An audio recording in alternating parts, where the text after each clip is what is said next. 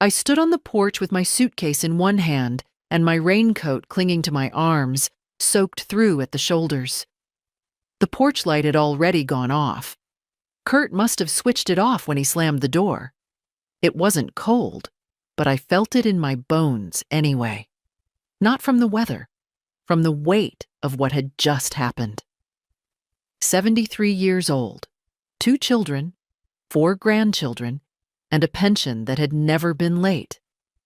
And still, somehow, I'd ended up standing outside my daughter's house, in the rain, holding everything I owned in 2 suitcases. It started with a sentence, one I didn't expect, even from him. "We're short on rent, Helen. You live here. Time you started paying, or you can leave." It wasn't a request, and it wasn't Janine who said it. It was Kurt, her husband of 8 years, sitting in his stained sweatshirt on my late husband's favorite chair, as if it had always belonged to him. I didn't answer at first. I thought maybe he was joking. Maybe I'd misheard. Maybe it was just one of those sentences that slips out when a man feels powerless, unemployed, embarrassed. But he was serious, and Janine didn't say a word. I suppose I should have seen it coming. For weeks, things had been building. Hushed conversations when I entered the room. Kurt snapping at the kids. Janine rubbing her temples every time I asked what was wrong.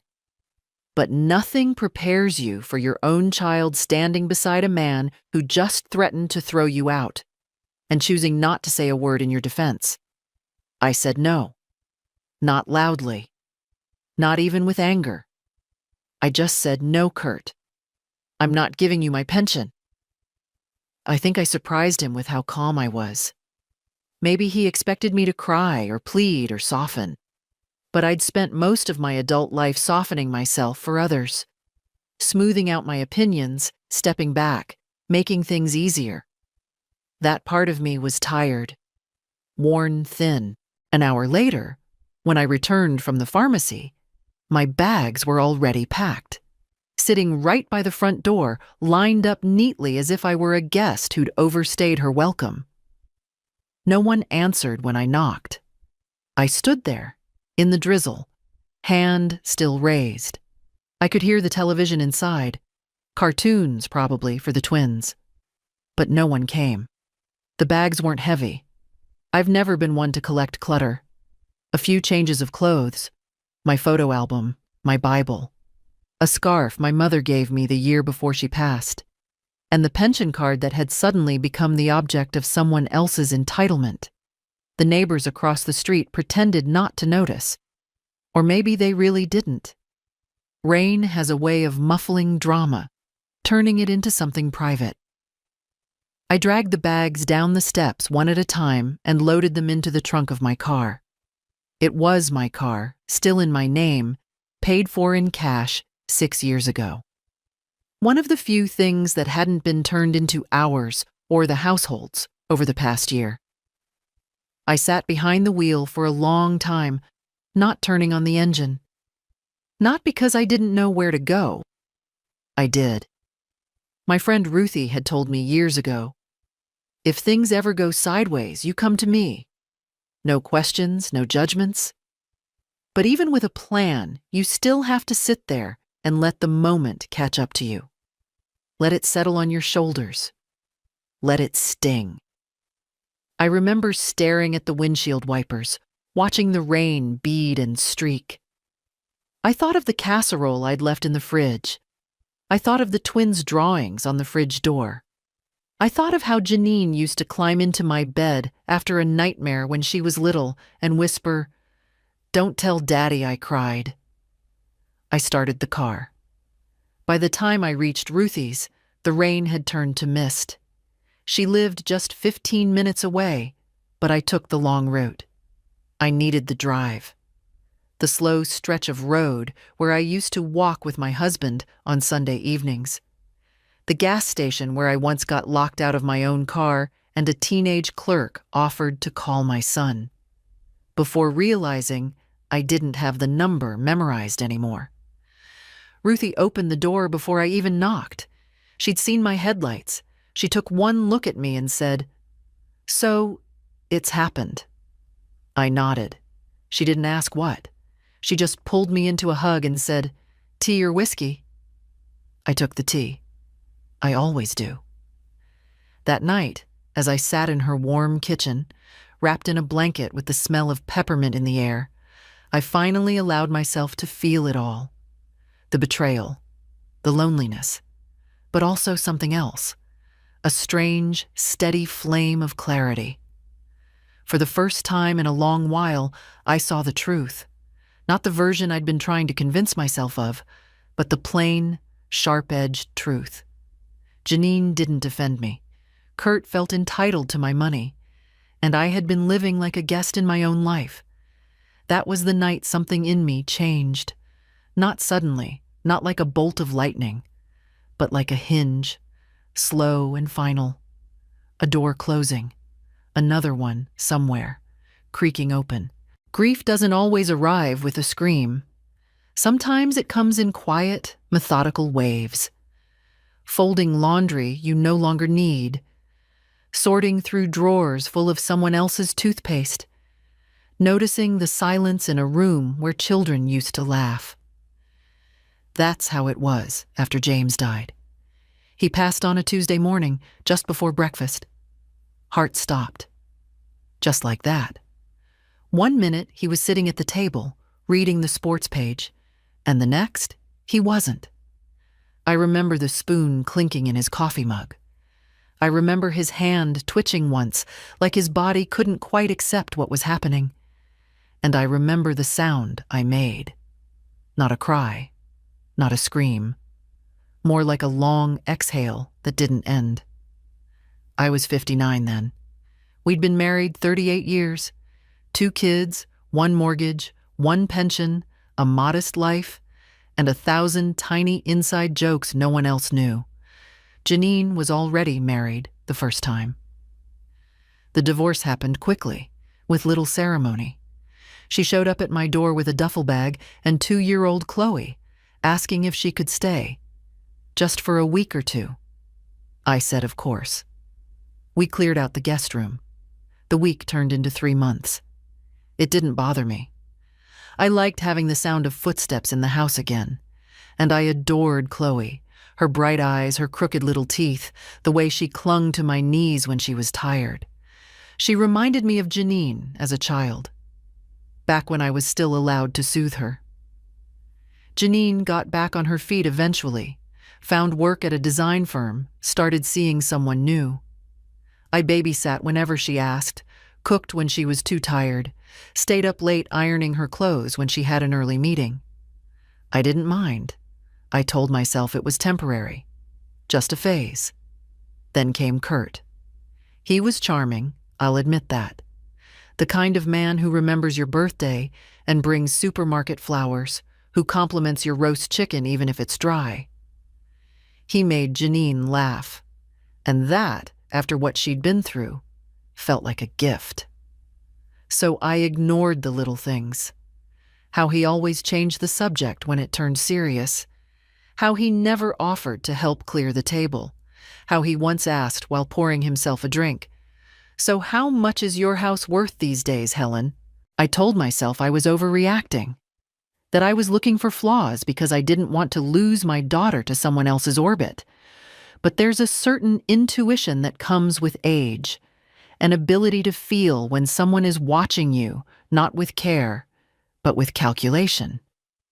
Still, I said nothing. I smiled. I handed Chloe to him without hesitation when he offered to take her to the park. I said thank you when he fixed the dripping faucet, though James had done it better.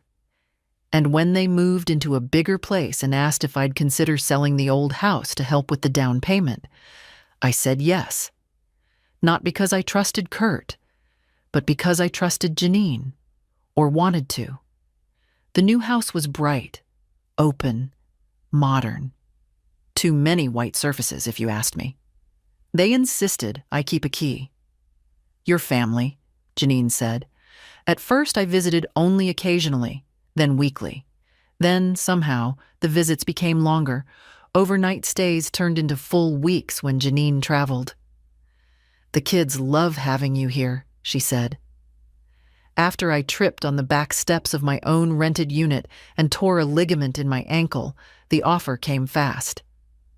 "Why don't you just move in with us for a while? You shouldn't be alone with that leg. It's not safe." I resisted. I had a life, limited though it was, my own space, my own rhythm.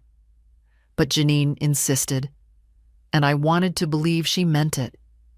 I moved into the upstairs bedroom, the one with the sloped ceiling and a view of the neighbor's pool. At first, it felt temporary. Just a few weeks until my leg healed. Then a few more weeks. Then somehow, my mail started arriving at their address. My pension went to their shared account, just to simplify things. My things were slowly boxed up, stored in the garage to make more room for the kids. I didn't complain, not even when Kurt joked at dinner. "You should pay rent, Helen. You eat more than all of us combined." I laughed, because it seemed safer than asking whether he meant it. Janine worked long hours. Kurt, less so. He'd had jobs, real estate, then some online venture, then nothing for a while. He spent his days half watching sports, half scrolling his phone. The kids adored him. He was fun, spontaneous, the opposite of me. And so, more and more, I became invisible. When Chloe turned 11, she stopped knocking on my door at night. When Danny started school, he barely noticed whether I packed his lunch or not. I told myself this was how things were supposed to go. Grandmothers were meant to fade into the wallpaper, offer wisdom when asked, and step aside when not. But I wasn't wallpaper. Not yet. And I had not spent 30 years saving pennies in coffee cans to be told I owed rent on a house I didn't own. I had not held my daughter through divorce and childbirth just to be discarded like a misplaced lamp. Looking back, I see how gradual it all was. 1,000 little surrenders, 1,000 tiny shifts, until, finally, the sentence that changed everything. "We're short on rent. Give us your pension or leave." And I said no. It wasn't the first time Kurt had brought up money, but it was the first time he'd said it like that. Like I was a liability, an invoice, something overdue. The months leading up to that moment had been filled with a kind of erosion. You don't always notice erosion when it's happening. It's just a crack in the plaster, a missing cup from the cupboard, a sigh too long from someone across the table. But eventually, something collapses. After I moved in, things were gentle for a while. Janine made room for me in the kitchen drawers. The children left notes on my pillow. "Love you, Grandma," scribbled in bold marker. Kurt was polite, even gracious. He joked about 3 adults under one roof, but he smiled when he said it.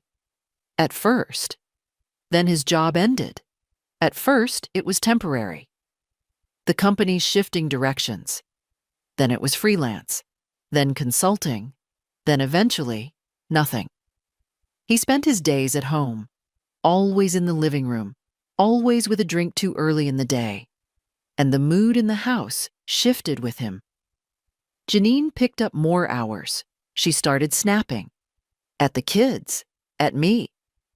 I offered to help more. Take over dinner. Pick up the kids from school. Even wash Kurt's laundry when the hamper overflowed. I thought I was easing things, supporting the family. But that's the thing about support. When it becomes invisible, it stops being valued.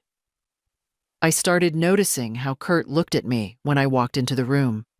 Not with resentment, but with something sharper. Calculation. Like he was measuring me against some invisible debt ledger.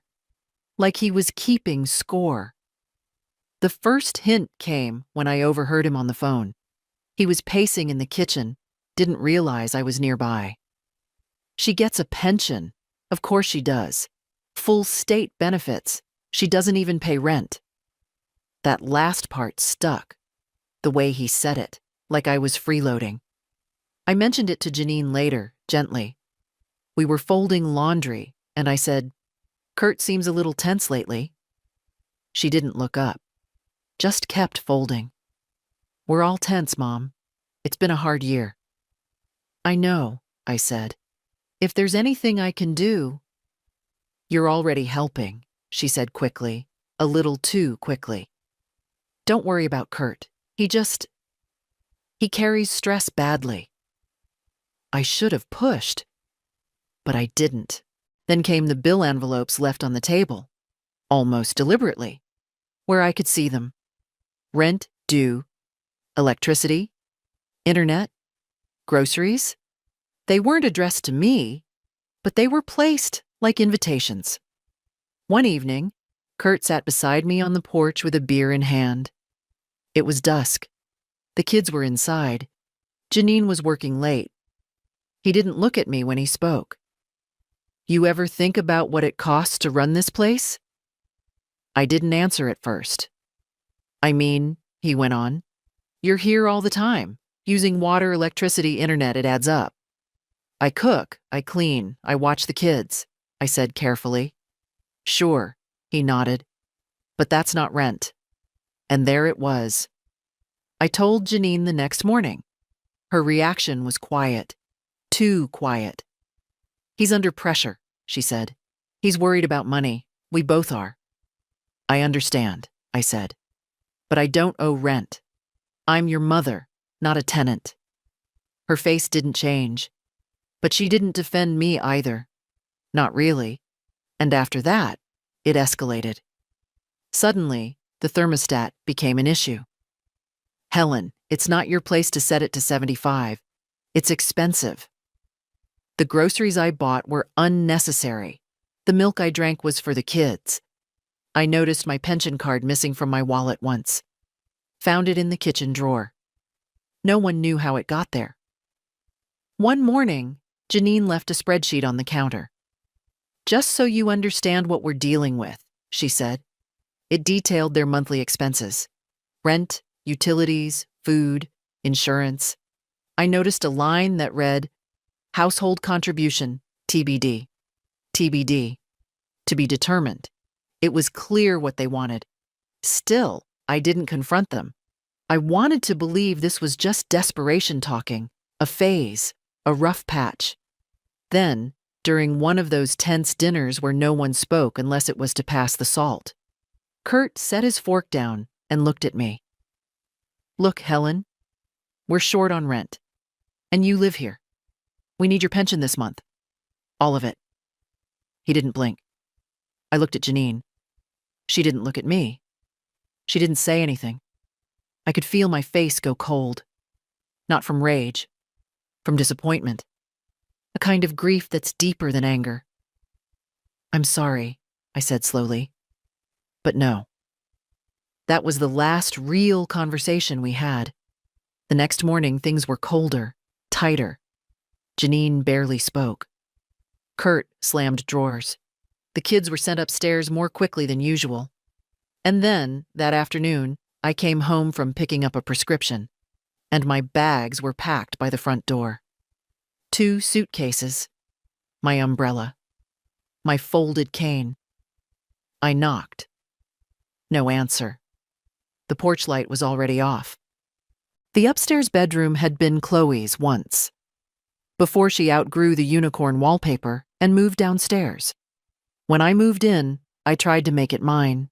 A few framed photos, my own pillow, a knitted blanket I'd made after James passed, the one with uneven corners because I'd cried through half of it. But it never stopped feeling like borrowed space. The kind of room someone gives you while insisting, stay as long as you need, but always with a silent expiration date. When I first arrived, after the fall that fractured my ankle, they were generous. Janine cleared the bookshelf, made space in the closet, even brought me a little nightstand lamp. Kurt carried my suitcase upstairs and joked, "Don't worry, Helen. We'll let you out when your sentence is over." I laughed, even though the comment stung more than I let on. They said it was temporary, just until I healed. "We're a family," Janine reminded me. "Families take care of each other." I believed her. I wanted to believe her. At first, I kept out of the way. I cooked breakfast early before anyone else was up. I tidied the living room, folded laundry no one asked me to fold. I walked Chloe to the bus stop, bandaged Danny's skinned knee, made dinners. No one asked me to, not in words. But the silence of appreciation can be its own kind of expectation. Then one morning, I came downstairs to find Kurt already in the kitchen, his expression sharp.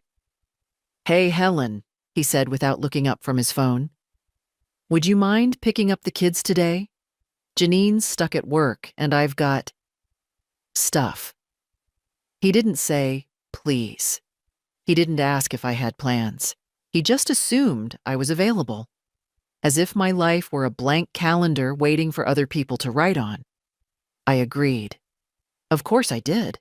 And I kept agreeing. Trips to the grocery store, dry cleaning pickups, last-minute babysitting. Then came the first utility bill handed to me with a smile and a "mind helping out this month." It was phrased like a favor, like a small thing. And I was still under their roof, still not fully healed, still grateful. So I helped, once, then twice. Then it stopped being a question. "You've got your pension," Kurt reminded me one evening, gesturing to the bill on the table. "It's not like you're paying rent anywhere else." I remember that sentence clearly, because it was the first time I truly saw how they'd started to view me, not as a person, but as an asset. I told myself they were stressed, that things would get better. I rationalized. It's what mothers do, what grandmothers do. But the nature of the house had changed. Janine started referring to it as our space when asking me to keep the TV volume down. Kurt moved my mail into a drawer so it wouldn't clutter the counter. Danny told me one afternoon, with the casual cruelty only children can master, "Mom said you were just visiting for a while." Visiting. After 6 months. I tried to talk to Janine. I picked an afternoon when the kids were at school and Kurt was out. She was folding laundry on the couch. I stood nearby, hands nervously clasped. "I was thinking," I began, "maybe I should look for a place of my own again. It's been a while." She paused mid-fold, didn't look at me. "You don't need to do that," she said flatly. "We're fine. It's just, things are tight." "I know," I said softly.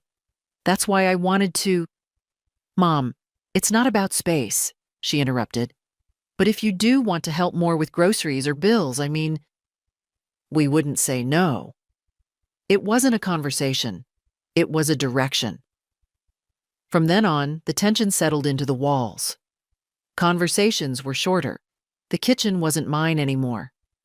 My tea bags disappeared. Kurt took to calling me roomy with a smirk that made me wince. And my pension, that small, reliable check, became the elephant in every room. I started catching glances between them when I opened my wallet. Kurt hovering when I checked my bank balance online. One afternoon, I came back from the pharmacy and found Janine at my desk upstairs, looking through my papers. "I was just tidying," she said, not even trying to hide the file labeled retirement. I said nothing, just nodded and sat down. Something in me had begun to calcify, a stiffness in the chest, a growing awareness. This wasn't about care. This was about control. And soon I knew they'd stop pretending. The next shift was subtle, like most betrayals are. It wasn't one big event. It was 100 small ones, each one chipping away at the foundation of what we used to call family. It began with the groceries. One morning, I opened the fridge to find a sticky note on the milk carton. "For the kids," written in Janine's tidy print. Next to it, a separate container of yogurt, the cheap brand, with no label at all. Message received. I didn't mention it. I just started shopping separately. Bought my own carton, my own bread, my own tea. Kept them in a canvas bag in the bottom drawer of the fridge. I felt foolish doing it, like a roommate in a student dorm, not a grandmother who had raised 2 children and buried a husband. But it kept the peace. Then the kids started parroting things they'd overheard. Danny, 7, and blunt. "Mom says it's rude to use other people's things if you don't help pay." Chloe, a bit older, a bit more cautious. "Kurt said you used to have money, but now you're just staying here for free." Each time I heard something like that, I felt a tiny jolt of shame. Not because they were right, but because I hadn't stopped it sooner. The final straw with the groceries came when I found my name added to the supermarket rewards account. Kurt handed me the receipt one evening and said, "You bought stuff, right? Might as well earn points together." The list was almost entirely his: protein powder, imported beer, razor cartridges. My section totaled $11. The rest, $87, went on his tab. "Just Venmo me?" he said, tapping the receipt. "I don't use Venmo," I answered. He laughed. "Of course you don't." That night, I sat in bed, staring at the shadows on the ceiling. It was early summer. The fan hummed faintly. I felt a kind of anger I hadn't felt in years. Not hot, not explosive. Cold. Settled. Heavy. It sat behind my ribs like a stone. The next morning, Kurt announced he was applying for a business grant. Something about custom furniture design. He wanted seed money. And an investor. "You could help," he said over breakfast, as if it were the most natural thing in the world. "I could," I replied, not committing. "We've helped you," he added, looking over his coffee mug. "Now maybe you can help us get on our feet." Janine said nothing. She spread peanut butter on toast for Danny, humming like she wasn't hearing a thing. I changed the subject. Later I heard them arguing in their room. "She's sitting on money. She won't even consider helping. She's my mother, Kurt. You don't get to order her around." "No, but I get to ask why the hell she's living in our house rent-free while we're drowning in bills." The door slammed before I could hear the rest. That evening, Janine came into my room. She didn't sit down. Just stood by the door, arms crossed, backlit by the hallway light. "Mom," she said, "I know it's been a tough time for all of us, but you do know we're struggling." "I do," I said. "And it's hard," she continued, "when someone in the house has income and isn't contributing." I looked at her for a long moment. "I've been buying groceries," I said. "Cooking, cleaning, watching the kids, picking them up, dropping them off, folding your laundry, mending their clothes, sitting with them when they're sick. What part of that isn't contributing?" She sighed. Not exasperated, just tired. "Kurt's just trying to do something for our future." "And I'm just trying to survive," I said. That was the first time I saw her flinch. After that, things got quieter. The conversations shorter, the smiles more strained. I started staying out of the kitchen when Kurt was home, took longer walks, kept to my room. But the tension didn't ease. It mounted, and it turned into a demand.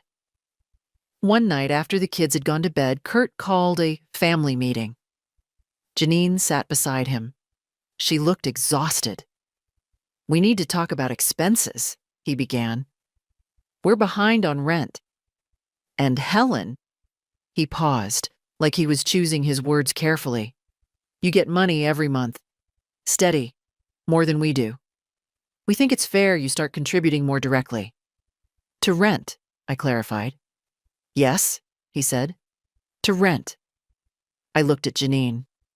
She didn't meet my eyes, and I realized they'd talked about this already. This wasn't a discussion. It was a conclusion. Kurt leaned forward. We're short. We need your pension. All of it. Just for a couple months. And if I say no? I asked quietly. His face didn't change. Then maybe this arrangement isn't working anymore. Janine still didn't speak. The silence stretched. I see, I said. And I went upstairs, packed what I could into 2 suitcases, left the rest. No one stopped me. I didn't sleep that night. Not really. I lay in bed, fully dressed, with my hands folded on my stomach and my suitcase already zipped by the door. It wasn't that I was afraid. Not exactly. It was that I finally understood something I hadn't let myself see before. They were never going to stop asking. Kurt wasn't going to wake up one day and realize he'd crossed a line. Janine wasn't going to sit beside me and say, Mom, I'm sorry. I should have protected you. That apology wasn't coming. Not because they were monsters, but because to them this had become normal. The heat had been rising in the pot for months, and I had sat in the water, telling myself it was just a warm bath. I thought maybe they'd forget what they said the night before. Maybe it was heat of the moment. I even hoped for it, quietly. I hoped Janine would knock in the morning, say something soft like, Kurt didn't mean it. That she'd look guilty. That she'd offer toast and tea like we used to do on weekends when Chloe was a baby, and the whole house still smelled like diapers and lotion. But no one knocked. I came downstairs around 8. The kids had already left for school. Kurt was on the couch, phone in hand, legs stretched out like a man on vacation. Janine stood at the kitchen sink, staring out the window like the sky had something to say. Morning, I said. Kurt grunted. Janine didn't answer. I made tea, sat at the small table in the corner of the kitchen, waited. If they were going to repeat the ultimatum, I wanted to hear it in daylight. Kurt spoke first. So, he said, eyes still on his phone. So, I echoed. What? You gonna help or not? He looked up then, the way you look at a bank teller who's taking too long, not hostile, just impatient. I sipped my tea. No, I said. Janine turned from the window. Her eyes met mine this time. They were tired. And something else. Wounded, maybe. Or embarrassed. Kurt sat up straighter. You serious? Yes. Why? He asked, as if the question was absurd, as if he truly couldn't fathom the idea of someone choosing not to hand over their income to support his failures. I've helped plenty, I said. For years. I paid for Chloe's daycare when you were between jobs. I bought the car you drive. I co-signed the lease on this house. And I've been here every day since my fall, cooking, cleaning, watching your children. That's enough. He scoffed. You're acting like you're some saint. No, I said quietly. I'm acting like a person who knows the difference between help and exploitation. Janine stepped forward then, her voice low. Mom, please don't turn this into a fight. I looked at her, really looked at her. Where were you last night? I asked.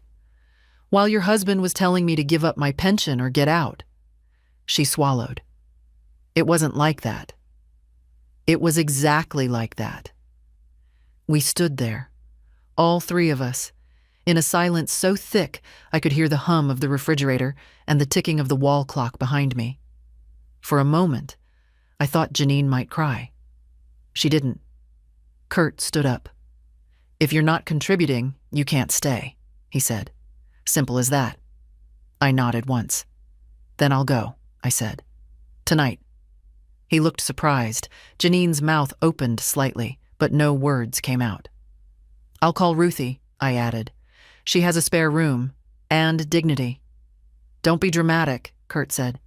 No, I said, don't be greedy. I walked back upstairs, each step feeling heavier than the last, but not from sorrow, from finality. Something in me had closed. A door, a chapter, a season. I packed quietly. 2 suitcases. One for clothes, one for the rest. Toiletries, documents, my reading glasses, the pearl earrings James gave me on our 30th anniversary. I left the blanket I'd knitted. Let them have it. It had lived through too much now. I was almost done when I heard movement outside my door. A shadow, then retreating footsteps. No knock. I waited. Still nothing. At 5:30, I left the room. My suitcases waited by the front door. I'd moved them earlier, without a word. Neither Kurt nor Janine asked where I was going. They didn't say goodbye, but they did one thing. While I was out at the pharmacy picking up my blood pressure refill, they moved my bags outside, onto the porch. It had started to rain, a light drizzle, steady, soaking the canvas. When I returned, keys in hand, I saw them sitting there, side by side, wet and waiting. I knocked. No one came. I rang the bell. Still nothing. I stood there for a moment, watching the curtains shift slightly in the living room. Someone was there. Someone saw me. They just didn't move. So I reached for the suitcases, one in each hand, walked them slowly down the porch steps. My shoulder ached. My wrist throbbed. I didn't rush.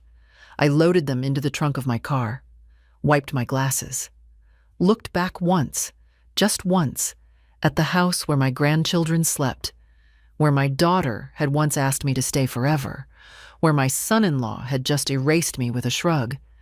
Then I got behind the wheel, and I drove away. It's strange. The things you think about when everything falls apart. Like how heavy a suitcase feels after only a few steps. How rainwater seeps through fabric faster than you'd expect. How a porch you once swept clean every Saturday morning can suddenly feel foreign. Like someone else's stoop. Like a hotel you were checked out of without warning. I didn't cry when I drove away.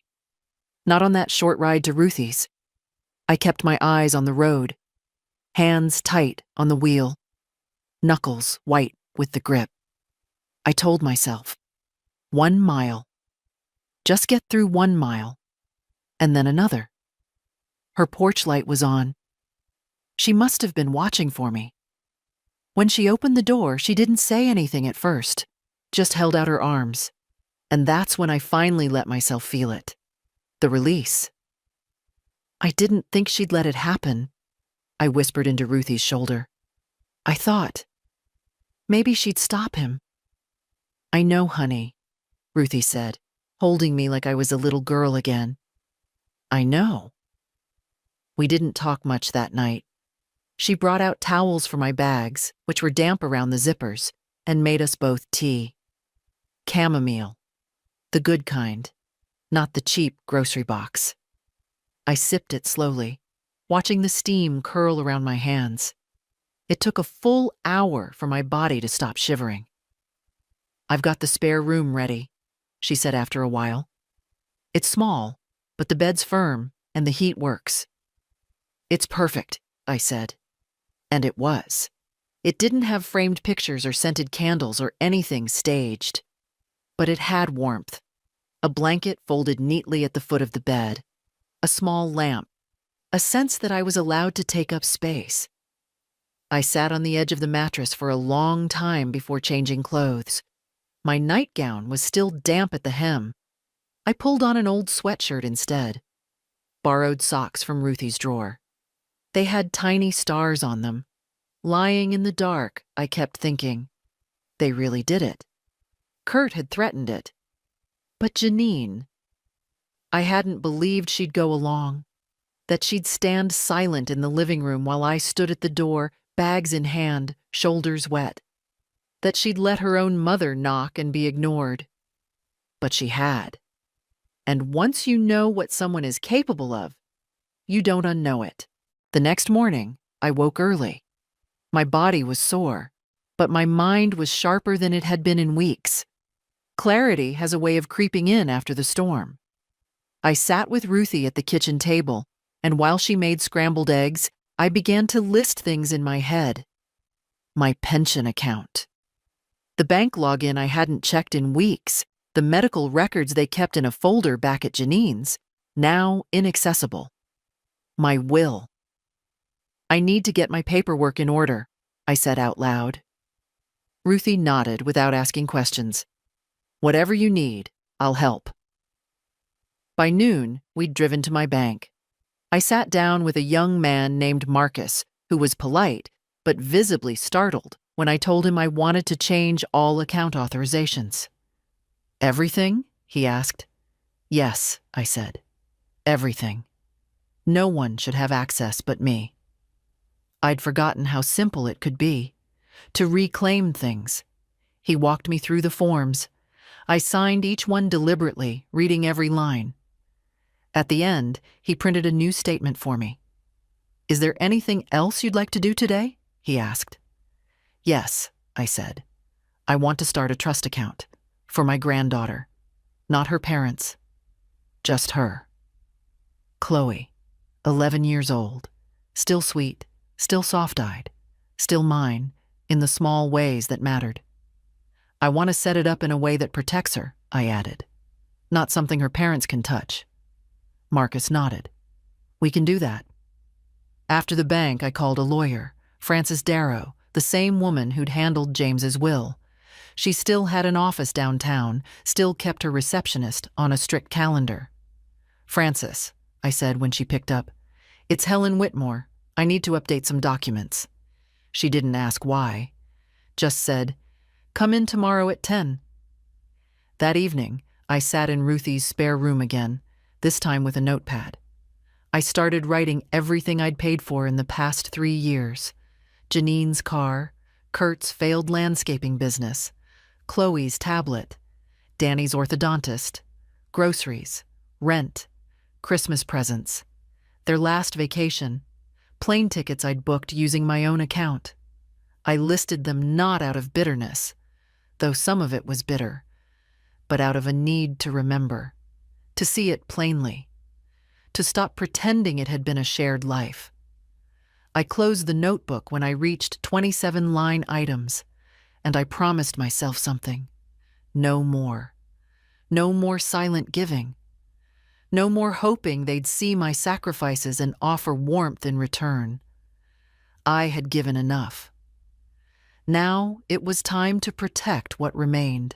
Frances greeted me at her office door with the same calm presence she'd always had. Neatly pressed slacks, soft linen blouse, silver hair pulled back into a clip that hadn't changed since the 90s. Her eyes, behind simple wire-framed glasses, were still sharp. You look well, Helen, she said, though we both knew better than to believe that completely. I sat across from her at the polished oak desk. The air smelled faintly of printer ink and the lavender lotion she always used. I need to make changes, I said. To everything. She nodded once. Power of attorney? Revoked, I said. Effective immediately. Will? Rewritten. I want my granddaughter Chloe to be the beneficiary, not Janine, not Kurt. Frances didn't blink. She simply reached for a pen and pulled a blank legal pad toward her. Trust structure? Separate account. No access for her parents. Age-restricted release. I want her to have something when she's older, when she can use it wisely. She made a note. And the house? She asked. I hesitated. Technically, it wasn't mine anymore. I'd helped with the down payment, but it was in their name, a detail I'd allowed without protest at the time. There's nothing I can claim there, I said, but I want everything else out of their reach. Frances looked up. This isn't about revenge, is it? No, I said. It's about correction. She smiled faintly. Good. We spent the next hour going through forms, designations, documents I hadn't touched in years. James had kept everything in pristine order. After he passed, I'd maintained it more out of habit than intention. Until now, it hadn't occurred to me that order could be weaponized, or that silence, too, had legal consequences. Francis folded the papers into a folder with my name embossed on it. You'll come back next week to sign the final version, but the authorizations, those can be changed today. Do it, I said. As I left her office, I felt lighter. Not free, not yet, but grounded. Anchored in something I hadn't felt in a long time: control. Back at Ruthie's, I sat at the kitchen table and told her everything. She didn't interrupt, just refilled my tea and nodded occasionally. They're going to call, I said. Eventually, when they realize what's happened. Ruthie raised an eyebrow. And I'm not answering. That evening, my phone began to buzz. First Janine, then Kurt, then Janine again. No voicemail, just missed calls. I turned the phone face down. They didn't know yet, but they were starting to sense it. The silence was its own message. The next morning, a knock came at the front door. It wasn't them. It was a courier. A single manila envelope addressed to me. No return address. Inside, a letter, handwritten. Mom, I don't know what happened. I know you're hurt. I know Kurt can be difficult. But this is a family. We're supposed to help each other. You've been part of this house, of our lives. The kids miss you. I miss you. Please call me. Janine. No apology. No acknowledgement of what she'd allowed. No mention of the bags on the porch in the rain. I folded the letter carefully and placed it back in the envelope. Not to destroy it, not to reread it, just to put it away, where it belonged, in the past. Ruthie came into the room and sat beside me. She didn't ask what was in the envelope. Instead, she said, "Have you thought about where you'll go next?" I nodded. "I want a place of my own," I said. Small, quiet, mine. No more shared keys. No more sloped ceiling guest rooms. No more waiting for permission to exist. She raised her teacup. To that. We clinked cups like old friends on a porch swing, like women who had spent lifetimes bending around others and finally remembered how to stand. That night, I opened the notebook again, the one with the list. I drew a line under the last item. Then, in bold letters, I wrote, "No more asking. No more waiting. No more silence." I closed the notebook. Tomorrow, I'd find a new apartment. Tonight, I'd sleep without worry. The apartment wasn't fancy. It was a one-bedroom on the second floor of a building built sometime in the 70s, with beige carpeting that had seen better decades and kitchen cabinets that creaked when you opened them too fast. But it had windows that caught the afternoon light, and the neighbors were quiet, and there was no one waiting to tell me when I could or couldn't adjust the thermostat. It was mine. I signed the lease the same week Francis finalized the documents. The property manager, a kind woman named Letitia, gave me the keys and a folder full of rules and emergency contacts. Then she leaned in and said, almost conspiratorially, "If you want to hang up wind chimes on the balcony, I won't say a word." I laughed. I hadn't laughed like that in weeks. The move was simple. I didn't have much. Just 2 suitcases, a few boxes of books Ruthie helped me pack, the notebook, my papers, and the framed photo of James and me at the Grand Canyon. One of the last vacations we ever took. He'd been wearing a floppy hat and a shirt I hated, but he looked so pleased with himself, smiling into the sun. I placed that photo on the windowsill in my new bedroom, then stood back and looked at it for a long while. "We did okay," I whispered. "You'd have liked this place. It's quiet. No one shouts. No one demands. The first night there was odd. Not lonely, exactly. I'd been lonelier in a full house, but quiet in a way that let everything come to the surface. I sat on the floor, still surrounded by half-unpacked boxes, and made tea on a borrowed kettle. Ruthie had offered to help me settle in, but I'd told her I needed to do this part alone. As the kettle hissed, I made a list in my mind. Things I needed. Things I didn't want to ask for. Things I would buy slowly, on my own time. A proper bed. A reading lamp. A dish rack. A set of towels that matched. A chair for the balcony. I slept on the floor that night, on a folded blanket, and still woke with a clearer head than I'd had in months. The next day, I went to the library, got a card with my new address, sat at a public computer and filled out change of address forms, noted what still needed forwarding, looked up second-hand furniture stores. At the first store, I found a gently used armchair, the kind you sink into with arms worn smooth from someone else's elbows. It was sea green and faded and perfect. They delivered it the same day. I arranged it near the window and sat down with a notebook in my lap. Not the one with the list of sacrifices. I'd stopped opening that one. This one was new, a fresh cover, a new beginning. I titled the first page, "What Comes Next?" And I began to write. I will have dinner when I want, not when someone else tells me. I will leave dishes in the sink overnight, and no one will scold me. I will buy strawberries even if they're not on sale. I will say no when I mean no. I will never explain again why my money belongs to me. Around noon, the first message came in. Janine, Mom, I heard from the bank. I don't understand why you're cutting us off. Can we talk? I stared at the screen for a long time. Then I powered the phone off. I hadn't blocked her. I wasn't there yet. But I needed the silence. The next message didn't come from her. It came from Chloe. Simple. Honest.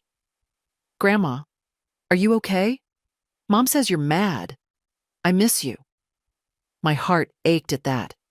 Not because of guilt, but because Chloe hadn't done anything wrong. She was a child. 11, but old enough to sense tension. Old enough to notice when a voice goes silent in a home. Old enough to worry. I didn't respond immediately. I sat with her message like it was a fragile thing. Then I wrote back. I'm okay, sweet pea. I needed a new place to rest. I'll call you soon. That was all. Just enough. That night, I sat on my new balcony in my new chair and listened to the sounds of the building. A radio playing softly 2 floors down, someone's dog barking once, then stopping. The hum of life I didn't have to manage or fix. I sipped tea and watched the moon rise between the branches of an old oak tree across the street. No one was waiting for me. No one was watching. No one was demanding explanations. It wasn't freedom with fireworks. It was freedom in exhale. And for now, that was everything. Frances had everything ready when I arrived. The paperwork was neatly clipped into sections, each page tabbed with a colored sticker. I sat across from her once more, this time in clothes I chose deliberately. Clean lines, neutral colors, nothing borrowed, nothing apologetic. You've had a productive week, she said with a soft smile. I needed it, I replied. She walked me through each section. Revocation of power of attorney, updated healthcare proxy, a fully restructured will, the new trust account for Chloe, with clear legal language protecting it from interference. She'll get access at 25, Frances said, tapping the clause. No earlier, and only she can claim it. No parental proxy, no loopholes. I nodded. Good. We moved on to the financial protections. My pension account, now secured with new passwords and authentication layers. My name alone on the lease, the utilities, the bank statements. "You've built a clean slate," Frances said, sliding the final signature page across the desk.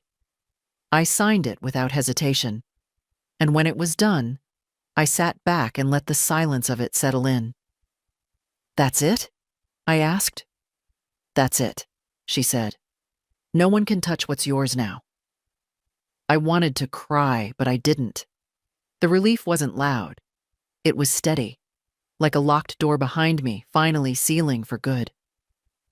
Afterwards, I walked to the bakery down the street, bought myself a small cinnamon bun and a coffee I didn't have to share, sat by the window and let the sugar melt on my tongue. I watched people pass, young mothers pushing strollers, men in shirt sleeves eating lunch on benches, a girl with pink headphones dancing as she walked. Life, moving forward, indifferent, unaware that a woman inside was celebrating her first truly independent Thursday in decades. Back at the apartment, I began to fall into a rhythm. Morning tea at the balcony, a walk around the block, calls to Ruthie, sometimes silence, sometimes the news on low volume while I knit. I hadn't picked up my needles since James died. But now my hands itched for the repetition. I started with something simple, a scarf. The yarn was soft, pale blue. I didn't know yet who it would be for. Maybe myself. Every few days, a text from Janine. "Can we please talk? We didn't mean to hurt you." Chloe's asking questions. I didn't answer. Not because I didn't care, but because I wasn't ready. Letting her back in without change would undo everything I'd just done. Chloe wrote again. "Hi, Grandma. Mom says you moved. I hope you're safe. I love you." That one I answered. "I'm safe, sweetheart. I love you too. I'll call you soon, I promise." I meant it, but I also meant to do it on my own terms. A week passed, then two. On the 15th day in my new home, I went grocery shopping. Simple things. Bread, eggs, butter, my favorite marmalade. The clerk smiled when she handed me the receipt. I realized, as I walked out, that I'd made it through an entire shopping trip without thinking once about what Kurt would criticize or what Janine would consider wasteful.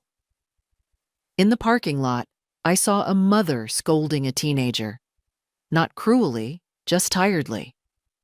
I thought of Janine, thought of the way she used to stand in my kitchen barefoot, stirring pasta, Chloe on her hip, Danny under the table drawing on the linoleum. She hadn't started this with cruelty. That came later. It began with stress, and I let the stress excuse the harm over and over. But not anymore. That night, I lit a candle, sat at the table, wrote a letter to Chloe, a real one, on paper, in my best cursive. "Sweetheart, I've moved into a quiet little apartment where I can breathe and think and rest. It's not far, but it's very different. No shouting, no demands. Just me and my tea and some yarn that keeps tangling. I miss you. I'm proud of you. And I want you to know that being kind doesn't mean letting people hurt you. I'll call soon. And maybe, one day, you'll come visit. Not because you're told to, but because you want to. Love always, Grandma." I sealed the letter and addressed it carefully. Then I placed it by the door. In the morning, I'd mail it, and that would be enough for now. On the third Sunday in my new place, I made soup. Nothing fancy. Just carrots, potatoes, a little onion, some dill. The kind of thing James used to call survival food, with a wink, though he always asked for seconds. I cooked it slowly, letting the scent fill the kitchen, move through the little hallway, seep under the bedroom door like something warm returning. While it simmered, I put on an old record. The needle scratched softly, and then Etta James sang like she knew exactly what it meant to start over at 73. I didn't dance, not quite, but I let myself sway a little as I folded the dish towel. My feet moved. That was enough. It wasn't just the soup or the music. It was the silence that held me. Not the hollow kind I'd lived with at Janine's house, the kind filled with judgment and tension. This was real silence. Soft, earned, a quiet that welcomed me. Later that afternoon, Ruthie called. "You up for a walk?" she asked. "I've got shortbread and a thermos full of tea." "I'll be there in 20, I said. Her street was 3 blocks down, a slight incline that made my knees grumble but not protest. I took my time. The wind was brisk, but the sun was kind. I passed 2 couples, a woman walking a corgi, a boy on a scooter who gave me a wide berth without needing to be told. I'd forgotten how polite the world could be when no one was watching to criticize it. Ruthie had a little bench in her front garden. She'd put out cushions and a throw blanket like it was a grand occasion. "Thought we'd celebrate your first month of freedom," she said, handing me a cup. "It's not quite a month," I said. "Close enough," she grinned. We sat there, sipping, nibbling, saying little. I told her about the scarf I was knitting. She told me about the neighbor's son getting married.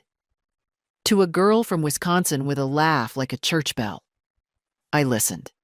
It felt good just to be near someone who expected nothing from me. At one point, Ruthie turned to me and asked, "Do you miss them?" I didn't pretend not to know who she meant. "Sometimes," I said.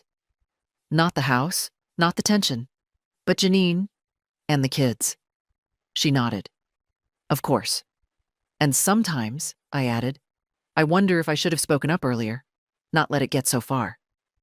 She gave me a look, the kind only old friends can give, the kind that says, "Don't you dare start blaming yourself now." "You did what you had to," she said. "And then, when it was too much, you did what was right." I didn't reply, just sipped my tea. Back home, I found a package by my door. No return label, just my name in Chloe's handwriting. Crooked, uneven, beautiful.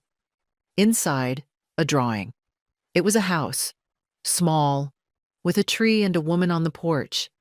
She'd written Grandma's house at the top. There was a speech bubble coming from the window. "Do you want tea?" I held it for a long time. Then I placed it on the fridge with the only magnet I owned, a ceramic strawberry I'd bought at a church fundraiser years ago. It held the paper firmly. That night, I didn't read, didn't knit. I just sat in the armchair, the one by the window, and looked at the drawing. Let it sit with me. Let it be enough. Because sometimes, enough isn't a big moment. Sometimes it's a little girl's drawing on a fridge in an apartment filled with peace. The call came on a Tuesday afternoon, just as I was setting a plate of toast beside my tea. I didn't recognize the number, but something in me knew. I let it ring twice, then 3 times more, before I picked up. "Hello?" There was a pause. Then his voice. "Hi, Helen." Kurt. I hadn't heard his voice since that morning on the porch, when my suitcases were already wet and he wouldn't open the door. I felt my shoulders stiffen, but my voice stayed calm. "What do you want?" He cleared his throat. "I just thought, maybe we could talk." I waited. "I know things got tense," he said. "I wasn't at my best. I was under a lot of pressure. We both were." "I see," I said. "I just thought maybe we could fix things. I mean, Janine's been upset. Chloe, too." I let the silence hang. I'd learned the power of silence. Finally, he added, "She's been asking about you a lot. I'm not the one who locked a door on her grandmother." He didn't respond. "Kurt," I said, "I'm not interested in apologies that sound like excuses." Another pause. "Well, if you change your mind." "I won't." I hung up. It took me a minute to move. My hands were steady, but my chest felt like it had gone hollow. I stood at the window, watched the light shift on the building across the street. breathed deeply through my nose. Then I sat down and ate my toast. An hour later, the phone rang again. Chloe. I picked up before the second ring. Hi, Grandma. Hi, sweetheart. Her voice was smaller than usual, like she'd crept off somewhere quiet to call me. I got your letter. I'm glad. She was silent a moment, then asked, Can I visit you? I hesitated, not because I didn't want her. I wanted her more than anything, but I knew what that visit would mean, knew it would be followed by questions, knew it might not come clean. Do your parents know you're calling me? I asked. Not this time, she said quietly, but I told Mom I missed you. She didn't say no. That said everything. All right, I said. You can visit, but it has to be your choice, not theirs. I want to, she said immediately. Can I come this weekend? Just for a little while? I smiled, the first real smile in days. Yes, I said. I'll make apple pie, the kind with the cinnamon crust. She laughed. Can I help roll the dough? Of course. We hung up a few minutes later. I sat in my chair, looking at the drawing on the fridge.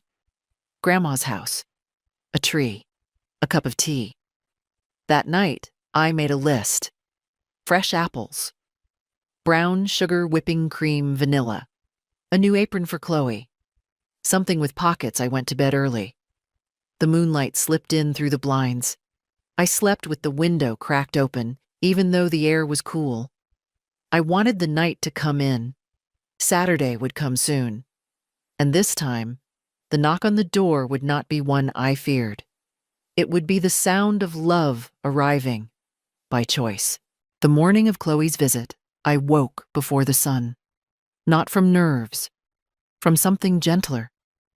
Anticipation, maybe. The kind that moves you before the alarm, before the kettle whistles, before the city stirs. I changed the sheets in the spare corner where I'd set up a makeshift cot. Not much, just a folded mattress, soft blanket, and the extra pillow I'd bought 2 days earlier. It would do. It wasn't about the space. It was about her knowing she was welcome. I baked the crusts first. 2, just in case. The house smelled of cinnamon and butter by 9 a.m., and I opened the window to let it stretch into the morning air. Letitia, the building manager, passed by on her way to the office and smiled up at me from the sidewalk. Someone's baking love, she called. I waved back. At 10:45, I heard feet on the stairs, light ones. Then the knock. I opened the door, and there she was. Chloe, 11 and growing taller by the minute, hair tucked behind one ear, wearing a sweatshirt too big for her. Her backpack looked heavier than her frame. Behind her, Janine stood a few steps down, arms folded, not coming closer. Hi, Chloe said. I opened the door wide. Come in, sweetheart. She stepped past me, glancing around quickly. It's small, she said. It is, I said. But it's mine. She smiled.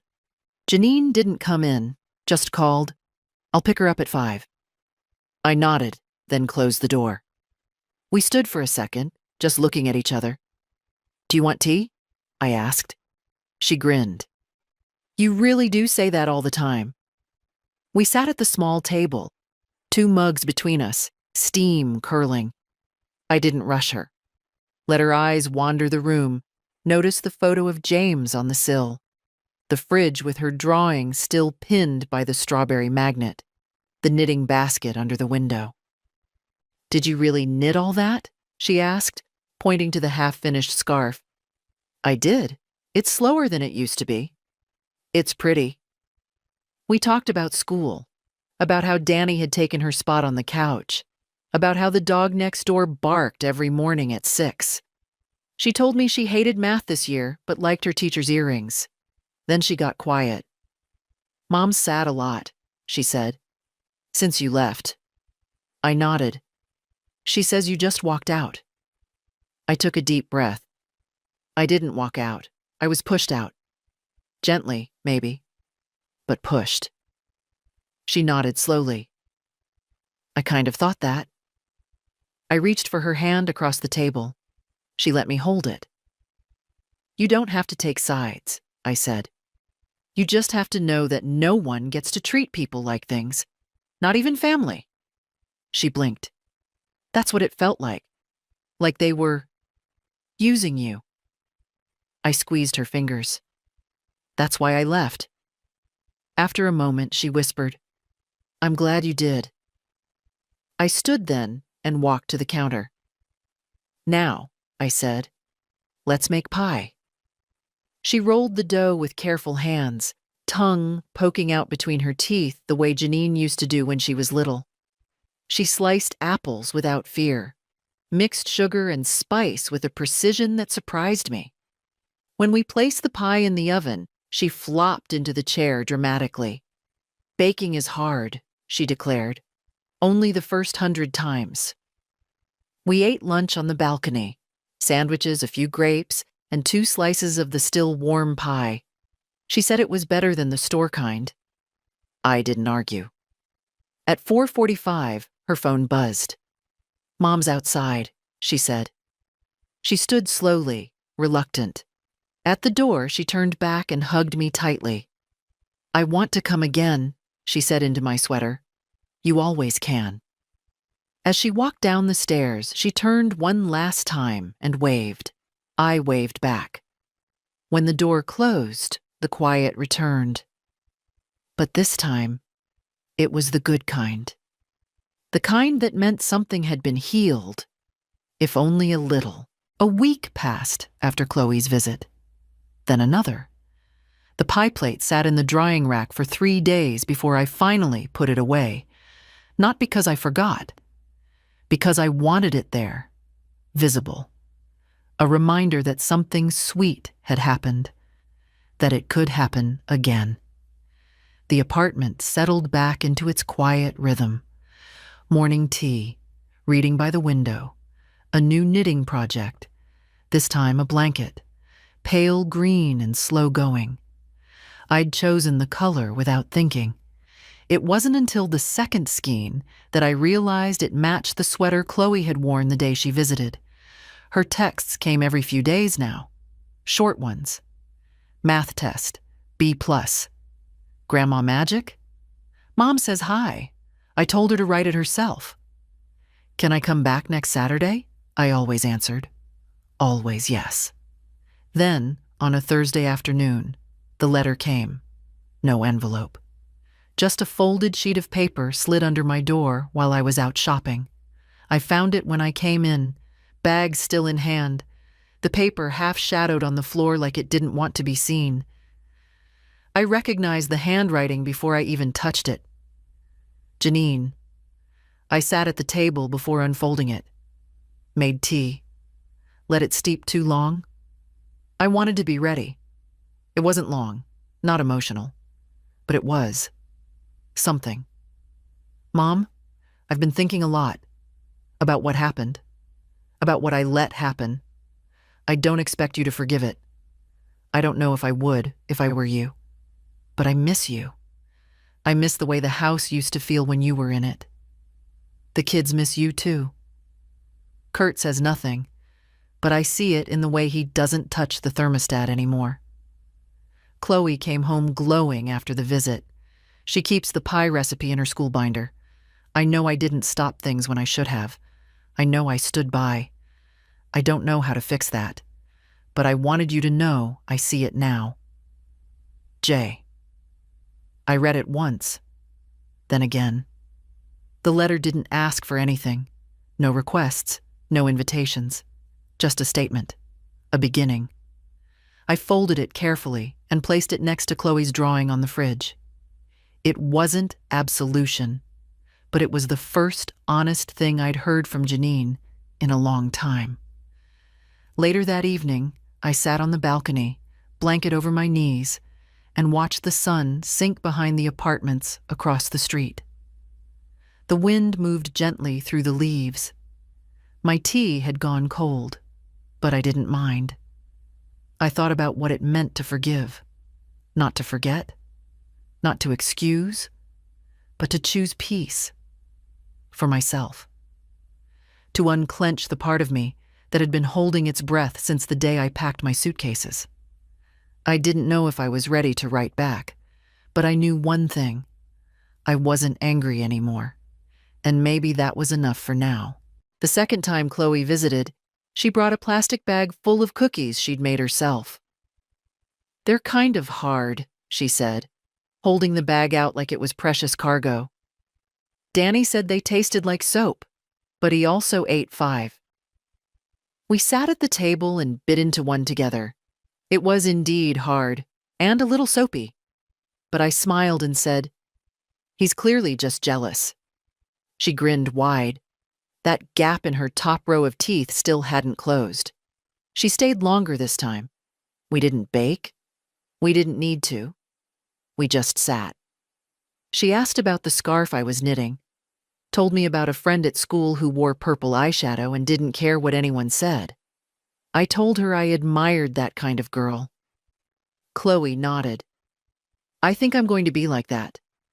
"You already are," I said. When Janine came to pick her up, she didn't stay on the stairs this time. She walked all the way up, stood at my door with her arms folded, not defensive, but unsure. I opened it before she could knock. "Hi," she said. "Hi." She glanced inside, saw Chloe gathering her things, then looked back at me. "I meant what I wrote," she said, "and I'm sorry for all of it." I nodded. "I know." She hesitated, then said, "If you ever want to come by just to visit, the kids would like that." "I'll think about it," I said. And I meant that. I wasn't promising, but I wasn't slamming a door either. Chloe hugged me twice at the threshold. Janine didn't push for more. They walked down the stairs together, and I watched them disappear around the corner before I closed the door. I leaned against it for a long moment. Not out of grief, out of calm. That night, I pulled out my old notebook, the one with the long list of things I'd done for them. I read each line slowly. The payments, the favors, the meals, the nights, the silence. And then I tore the page out, folded it in half, then again, then once more, until it was small enough to hold in my palm. I stood over the trash bin, dropped it in, and watched it settle on top of an eggshell and a used tea bag. Gone. Later, I sat at the table and wrote a new page. Not a list, just one line. I am still here, and I have enough. Because I did. I wasn't rich. My knees ached on damp mornings. I lived above a laundromat that rattled every Thursday afternoon. But I had a place of my own. I had Ruthie. I had a granddaughter who knew I deserved more. I had a name that no one could speak with pity anymore. And I had quiet. Not emptiness. Not exile. Just quiet.